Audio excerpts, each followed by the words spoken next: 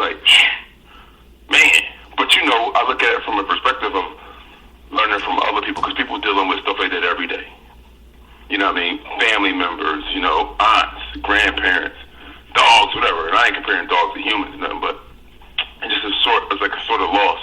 And I think I did better when my grandma passed in 2003. Like, I learned how to cope with it, because that's the first time I lost somebody that was really close to me that I knew from day one. You know what I mean? Mm-hmm. I was like old enough to understand it. You know what I mean? So, hey, I still can't say I'm not a pro, but nobody's a pro at handling that. I think it just depends on who you are. But I think everybody still take it hard. I don't know, but well said, I guess a grief counselor, that's a tough job to have as a career. A grief counselor. Yeah. Well said, brother. Well said, man. Anybody, feel free to, jump in. But I think that spiritual aspect is real important. Whether it comes from religion or if it comes from another place. When I lost my father, I was 20, and my brother was 25, and we basically were looked upon to conduct a funeral and figure out what's going to go where, who's going to have what. And at the time, we're just we're young guys, you know what I mean, just grieving. And I went on to lose a few others in my family, uncles. Matter of fact, I lost my uncle and my dad the same day. They died together. So, man, it's like similar to you, Armand. I grew up in the Baptist church, and then I went to a Presbyterian church. Francisco, he's with me. We went to Calvary Presbyterian back in the day. And I'm gonna tell you, man, I learned more as a kid in church than I did as an adult.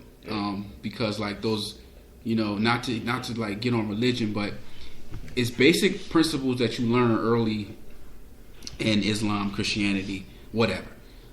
Stuff that just feels right or wrong to you, and that helped me develop as well, like you said. And then as I got older, to gain a spiritual conscious, and to just be like, am I okay with my father or my uncle or whomever I lost? It was more about, are we okay?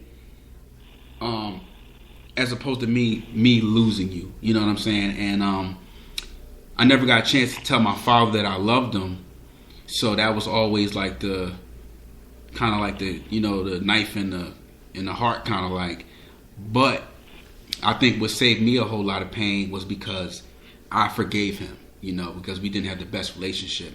And on his deathbed, the day he died, we were cool. You know what I mean? I forgave him. There was no bad energy. The relationship didn't get to where it could have been. Like I said, I never told him I loved him. But hey, you know what I'm saying? We fixed it. We fixed it. And I forgave him, and we went on to have a relationship. So I think with grief and loss on the familiar side, I think I look at it as are we okay? I just try to be okay with everybody. You know what I mean? In my family, Frankie, is my blood cousin, so he knows we got some crazy folks in our family. You know what I mean? But and it's I really don't want to be around y'all all the time. You know what I'm saying? But if I could just be okay with you, I'm okay with that. You know what I'm saying? And because if I gotta go or you go, or if we have a deeper calling and one of us just ain't here tomorrow, will I be able to live with that? So, yeah, man. It's loaded. Loaded Lux. Deep. Yeah, when I lost my father, man, we was already prepared for it, and I think I was 26. 26 one of them ages, I forgot, but we was already prepared, and my mom, she was kind of cool with it, because he wasn't really in our life, for a large amount of time. So when he came back in our life, we, it's our father, so we accepted him as he is. But we was grown, so in that period of time, I experienced a loss of a lot of friends and family members, you know. So when it came time for him to pass away, I was already immune to death. And, you know, as of right now in this current state, death is I'm not looking for it. You know what I'm saying? But I'm at peace with it. You know, I'm at peace with death. In my profession, you know, we kind of try to make peace with ourselves with death. So, you know, like my grandma passed away, and I was distraught that she passed away. But at that current time, I knew that, you know, she was at peace. You know, she was in good health. You know, I mean, not in good health, but she was in a good place. Yeah. You know, and I know she was at peace because what she was going through in the world, you know, it's kind of painful and it hurts. So, you know, right now, like I said, like I'm at peace with myself. So death, I'm not looking for you. I'm not chasing you, but you know, I'm not afraid. You know, so I like celebrate death right now. You know. About you, Ash? I think it's kind of scary. Personally, I think it's kind of scary. I think when I lost my dad, I was in shock. I think I felt like this can't be happening to me. You were like 17? I was like 19. Like this can't really be happening. Like it just can't really be happening. So those are some of the feelings. I was probably like my dad's biggest fan, biggest cheerleader. So, you know, I didn't want him to go alone. I wonder if he, you know, was afraid, if he felt alone. You know, like the nurses and stuff would tell my mom, like, oh, he like wanted somebody to like come in the hospital room with him and like watch basketball because like nobody was there. So, you know, like I just went through a lot of stuff because I wondered, you know, like if he was okay, if he felt comfortable, if he felt afraid, and kind of like, you know, I was at school. So all that to say, some of us do need, you know, grief counseling. I've never seen a grief counselor. I always thought about it, but you know, I never did. But I always wondered if it could help because you always go through the, you know, I wonder if everything would be different if they were here, if this would be different, if that would be different, different things like that. So I think that's my take on it. It's so final. It's nothing you can really do about it, but accept the fact that it is what it is. You're going to feel about it however you feel. So you're going to cry when you want to cry. And depending on who it is, some people, you know, feel you know, differently about it. So I think that's my take without, you know, going in too much. So when we posed like this topic, which we actually wanted to do this like a few months ago, we more so were looking at it as like just the lives we were losing in our country, you know, which is a whole nother aspect of it. But, you know, Francisco, you follow me up if you feel like it.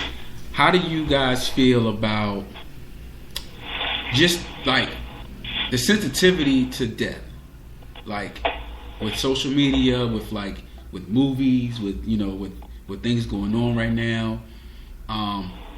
Is death even seen as like a sacred thing? Like we saw somebody get shot and killed with his fiance and his daughter in the back seat, and it's just like it's on the 6 o'clock news.